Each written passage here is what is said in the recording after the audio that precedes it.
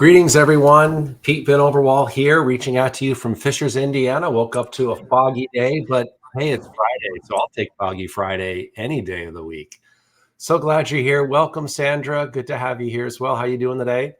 Hi, Pete. I'm doing great. I just made it, though. I Yeah, didn't want to miss it. you had a busy schedule, but thank you for fitting us into your flow of work. So I'll let you warm us up and open us up today.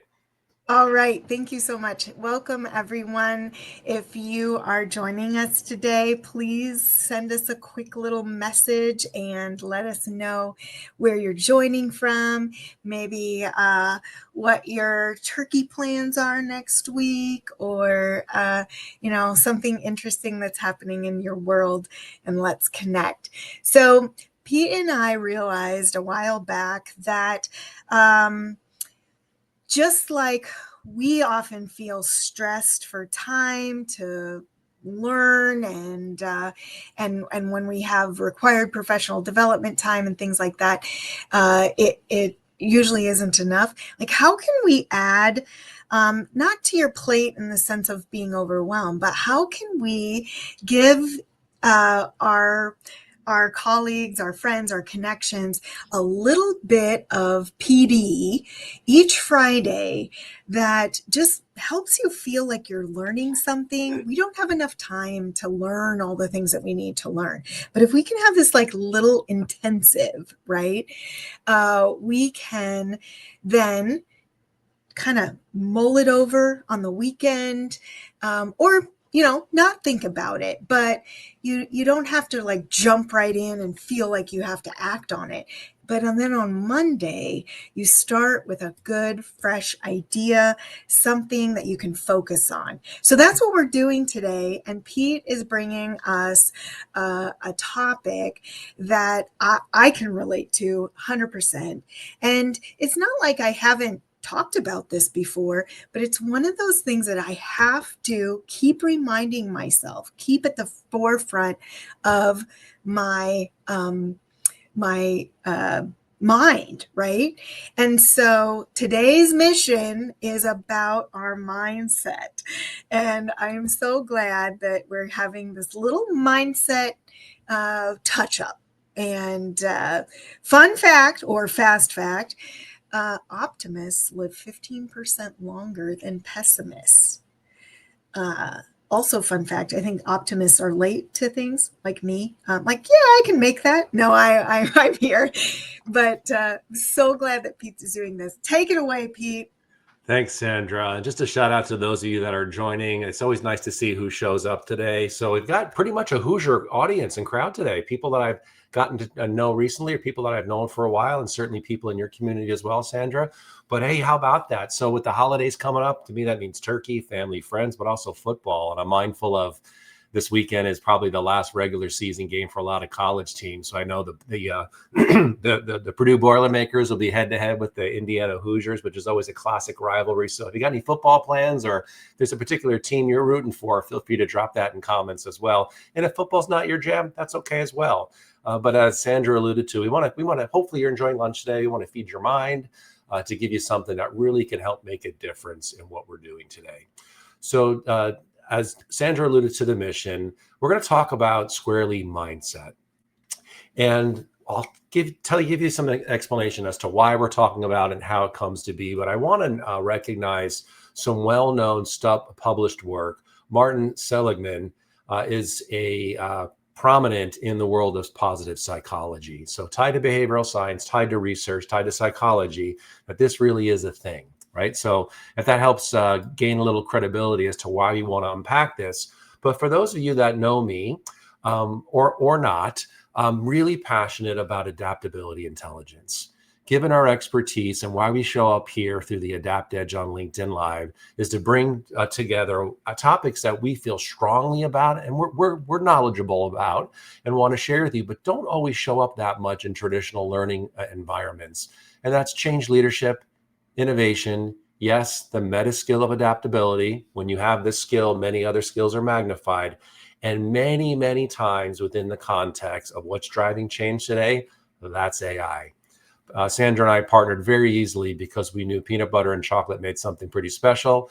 And so, although today is not specifically about AI, we've got some prior sessions. If you want to dive into your AI literacy in a wide range of topics, feel free to bring that into your wheelhouse as well. But without this being a commercial, adaptability intelligence tied to psychology, behavioral science, and validated research instrument is an actual measurement. We have the ability, I do this with organizations and individuals, measure your IQ score between 0 and 900. And once you measure yourself, and now you have an objective way to say, how close am I to where I need to be?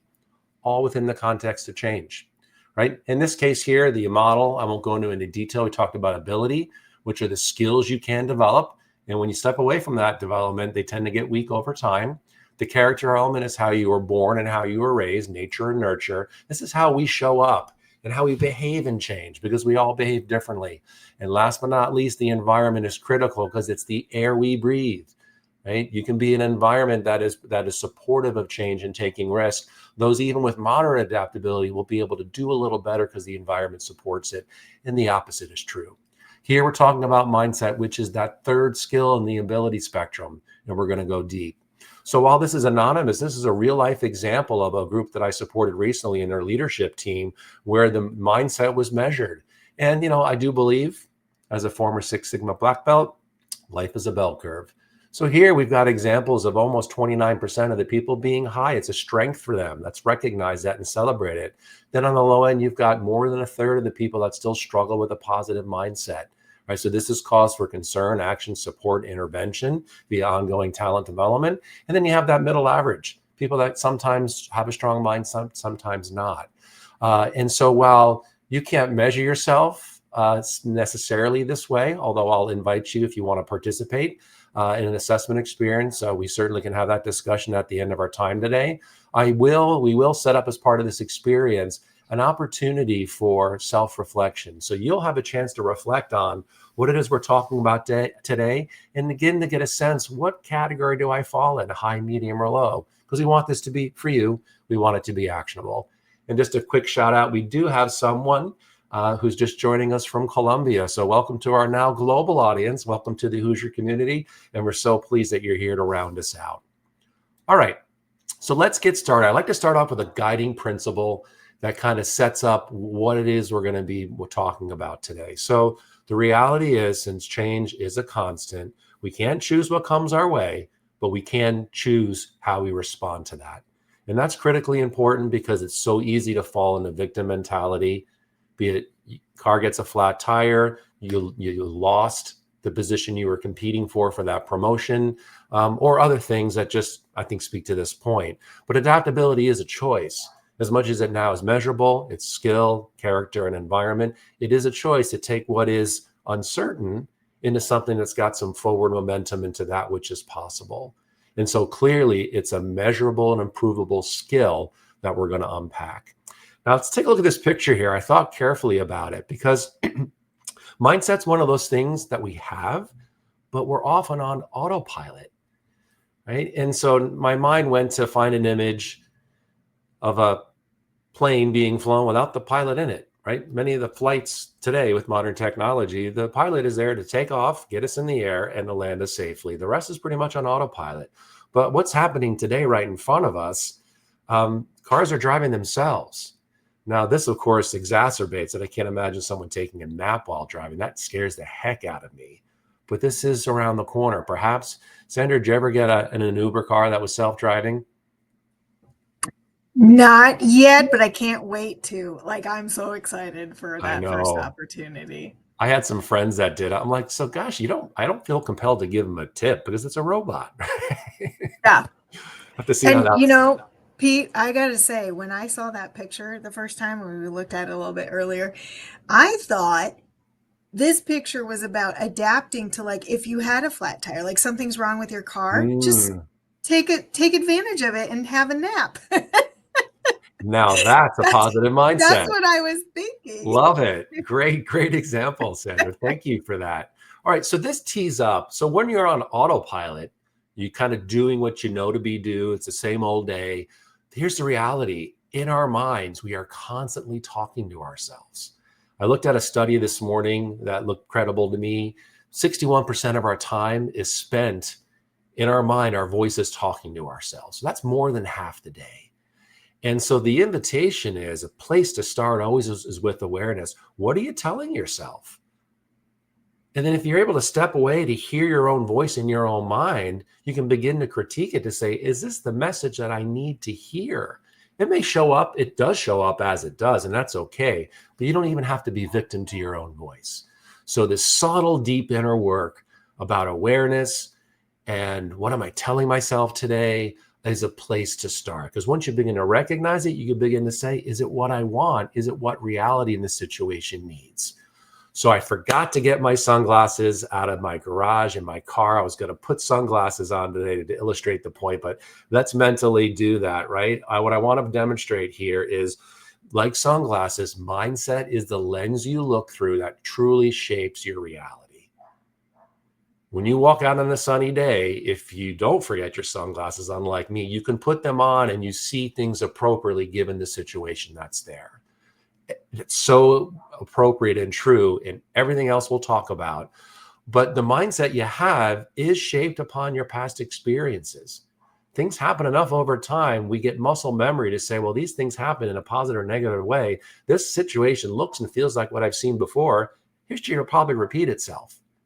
Maybe it will, maybe it won't. How you interpret new information. We have biases and likes and dislikes, whether it's data or analysis or whatever that may be. New information puts through our filter, which is our mindset, and of course the environment around us in a variety of ways. But now specifically within the adaptability intelligence or the AQ measurement, mindset is defined as the belief that change and adaptation leads to positive outcome. Now that's in its best case. We're going to talk about high, medium, and low and where we do show up, right? And we're never rubber stamped to say, that's Sandra. She always has a high degree of mindset and she's always on point, because that wouldn't be true. First of all, she's human. I'm human. We're human. Wherever you're at, you're still going to be challenged by it. So that's the point. If you're thinking, I've got this, my mindset's strong. I respect that, but I also say that even the strongest athletes get challenged. Even the strongest, the best athletes don't win every game, right? So hopefully to keep this relevant. All right, so why this matters, why we're talking about mindset and going deep is that a strong mindset fuels your adaptability, your ability to thrive through change rather than just survive, your ability to bounce back when setbacks occur. And it's this belief system, because once you believe it, you begin to feel it in your heart, in your mind, you speak it, and then it leads to action. It can help you make progress despite all the tension and uncertainty behind change. And when stress comes up, it's natural to feel that way, but it is a strategy to cope. It's not strategy number one, in my opinion. And with that, once you get into this state of, hey, I can deal with this, then hope comes into play, right? And mental flexibility to say, let me think creatively, given the fact that, we lost this customer and we're faced with cash flow and revenue for the next quarter.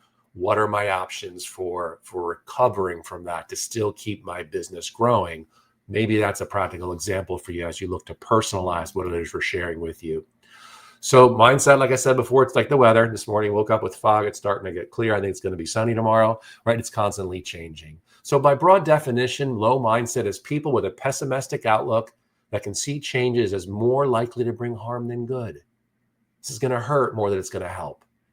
That medium mindset is a little bit of everything, a little bit of both. You generally expect that you can adjust well through change, but there are some tough spots. Sometimes you might need to call a friend, might need to take a break, might need to get some support, some encouragement in order to overcome challenges. And of course, high mindset really is that showing up strong. Past experiences may have supported this. Other elements that we measure within adaptability intelligence that contribute to this, but it's like, hey, I've got it. There's something good on the other side. I may not see it, but I still believe it's there, and I'm going to stick with this in order to get to the other side. So let me just pause for a second. Sandra, do you have any examples on how you've experienced any one of these or shifted between one and the other? Yeah, I've been thinking about some examples, right, in anticipation of this chat. And I probably have one from every day of my life, if not multiple times a day, where I have to go through this. But often I feel it the most when that unexpected event or Mhm. change happens, right? Some we can often see them coming, but when I didn't expect something, and then my natural inclination is to get down into that low mindset, and then having to pull myself out of that, right? And sometimes I really struggle to like quit. But I heard something once that helps me with that, and that is when, like, if I'm trying to build a muscle and I do like resistance training, right? Like I'm lifting. If I'm not like if it doesn't cause me to like put out effort, I'm not really building that muscle. So it's okay if it's making me work to go from low to medium to high mindset. I'm Mhm. choosing to exercise that. And you use the phrase, your mindset is strong. How does something get strong? Right. Yeah. Yeah. So an example is when a client says, hey, we don't have budget for this anymore, and we're going to have to wrap things up. Like, we can't keep going with our original plans. People are chopping budgets right now. And then because of that, though, I'm able to think about something that I can do for another person because I had that experience, and I Mhm. turn Mhm. it around.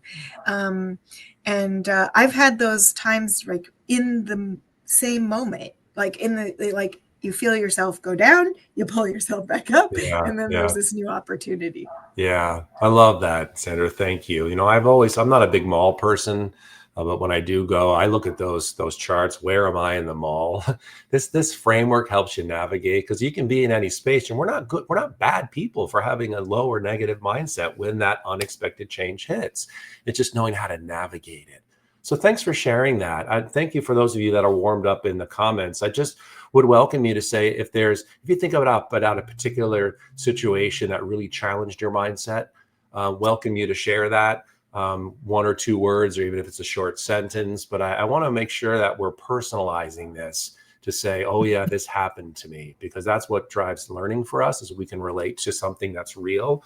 So I want to tell us a story now, but feel free to drop that in the chat, and I might be able to comment on the themes that we're seeing there.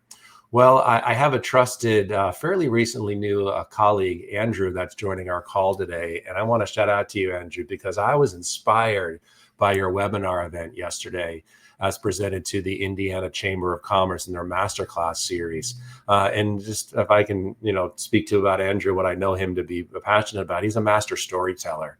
And it reminded me of the critical importance of bringing stories into our conversations in all walks of life, because it's proven through science and psychology that our minds literally activate at a different level when a story is being told. So it was a reminder for me and a challenge as we created content today. We need a story.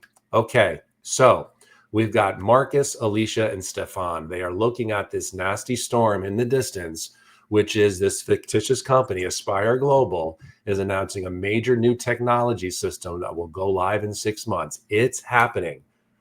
No one asked them. They weren't involved with the change. Here it is. The ball's coming your way. You got to catch it. Everyone, including them, need to learn new workflows, new tools, and responsibilities. So just alone, that means you're going to have the next 6 months of turmoil. You're going to wake up early, do hard work, come home tired, and this is going to be stressful, just on the surface, right? So maybe you can relate to how this may have happened at your personal life or at work. But now let's start talking about the story. So let's meet Alicia, right? So when this news hits, Alicia feels a spark of curiosity. This is going to be interesting, she says.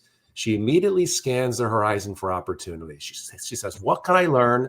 How might I improve the way I work? And how can I help my team?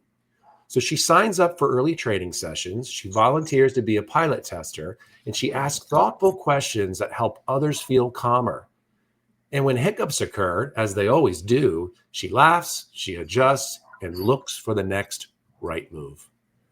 So to colleagues, she says, she makes change look easy. But the truth is simpler. She just believes she can figure it out, right? So Alicia, in our story here, she's the pathfinder. Her mindset turns the change into forward energy and momentum. She starts the journey without knowing where it's going to end. And she doesn't just survive the transition. She doesn't just survive it. She thrives in it. Think about the skills she developed, the reputation she earned to hopefully be acknowledged as a driver of helping to lead this change. There's so many wins here, right? So kudos for Alicia, the pathfinder. I hope you maybe find yourself in this story. Right, but then let's meet Marcus. His experience is a little different. So when Marcus hears the announcement, he kind of exhales. Okay, he tells himself, I think I can handle this. I've worked through change before, so that's a pretty good start. Some days he feels confidence. The other days he worries about the new system. It'll just be too complex. He's not a tech guy, self confessed. He tries to stay positive, but occasionally he slips into that doubt and says, what if I can't keep up with all these training sessions? What if this slows me down from my real work that I've got to get done? And so Marcus takes the training. He asks for help when he needs it, and he observes colleagues who seem to grasp things quickly. He gets a friend, right? He adapts not as fast as he hopes, but at times he needs the reassurance to stay motivated. But little by little, he gets the hang of it. So kudos, Marcus. He's the steady improver, right? He moves forward slowly, cautiously, surely, but every step is progress. And then he begins to build some rhythm where that fear begins to melt away as confidence ramps up. And before you know it, maybe that middle average, it takes a little bit longer of time, but he got there. That's the point. He got there. All right. One more story. Let's meet Stefan. So when Stefan hears about the system change, he can feel this tightening in his chest. And how we feel, these emotions show up in our bodies in a real way. Oh no, this is going to be a disaster. His instinct is to imagine, what are all the things that can go wrong? What if I can't learn? What if it causes me extra work? What if my teammates have questions that I can't answer? What if I fall behind? Right. So he avoids the early training sessions. He doesn't really want to admit to it. So why participate if you're hoping it goes away? Right. He hopes things will blow over. And when he finally attends some of these sessions, he feels a bit more overwhelmed because I don't really want to be learning this. So every new step, every action and experience now confirms the negative mindset that he started all of this with. And all of these things just prove that he was right, unfortunately. So not a very happy ending for Stefan. So this mindset about this uncertainty shows up constantly as a threat, right? And I'm going to just add on to the story a little bit further. There's probably ways the organization really needs now to address the outliers. So the bus is moved. Who's still at the bus station? What do we do? Maybe that employee no longer stays at the organization, or some intervention to help that person very specifically deal with the experiences, more likely the mindset adjustment to get to a better place. All right. So I hope this resonates for you. I want to carry on to give you a better example. Now, in mindset, there's a couple different models here. One of the most ones that's pretty popular is this fixed or negative mindset. And this is really just the love of the status quo. Hey, I love status quo too, because I get to save energy going through the day, but that's not life. We know that, right? Automatic cars are coming our way, right? Do I want to give up my manual transmission two-seater car? No, but I'll take an automated Uber ride at some point in time, right? Growth mindset, it's positive. The story or the voice you hear in your head, now that I'm asking you to pay attention to it, maybe your first impression is, I can't change this. This is the way I've always done it. That's fixed. The growth mindset says, well, that may be true, but let me flip it around. Maybe I can learn this. It's going to take time. May not be good at it, but if I try and learn each time I try, I'll get better each time, and maybe I can get it over time. Another example is, I'll never be good at this. I'm not a techie guy. Right? I'm old-fashioned. I like to code things myself. I like my own style of writing. Why do I need AI to do a creative story for me? That's cheating, right? Where versus the growth or positive mindset could be, hey, challenges help me grow. I could be something better and different by embracing this change. Maybe let's say it's in the case of AI. Let me use some of the benefits of AI to get some brainstorming and some initial creativity to save me time. Then I can come in and put my own polish on it, add my spice, and make sure that thumbprint is in that story, that document, that proposal I created. So it is leveraging AI, but it still represents me. I'm the control, I'm in charge. Right? So pay attention to the things that come up in your mind first if you're listening, and then realize there's a choice. Sandra, you told me about this today earlier.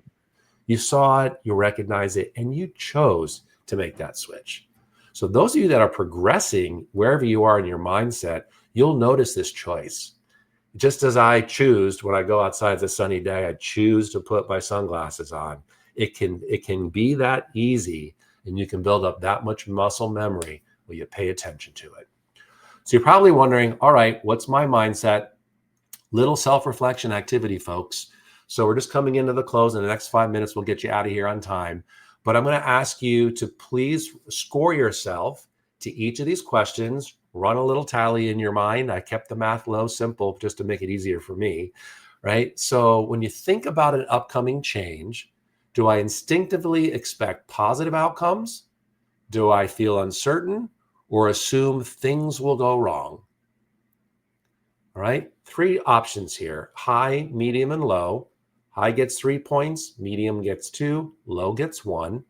This is not a criticism. You're not right or wrong, but I'm encouraging you just to say, okay, on any given day when you face unexpected change, hopefully you're thinking back to that example I asked you about just a few minutes earlier.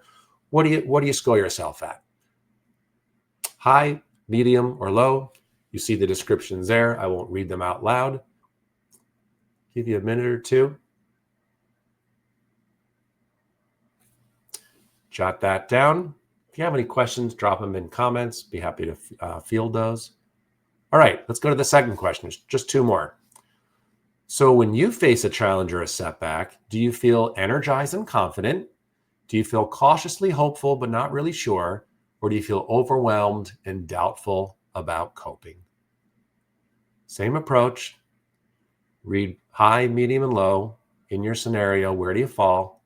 Give yourself a score.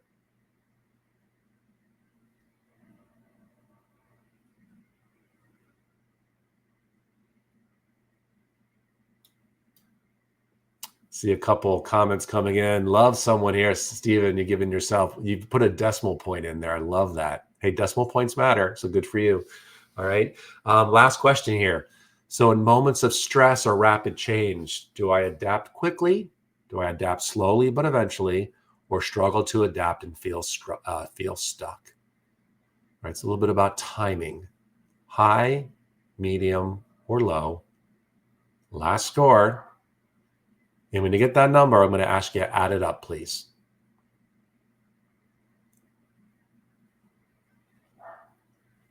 Okay. All right. So you got a number. Hope you feel good about that number. Let's not overthink it. This is simple, directional. There's no failure here.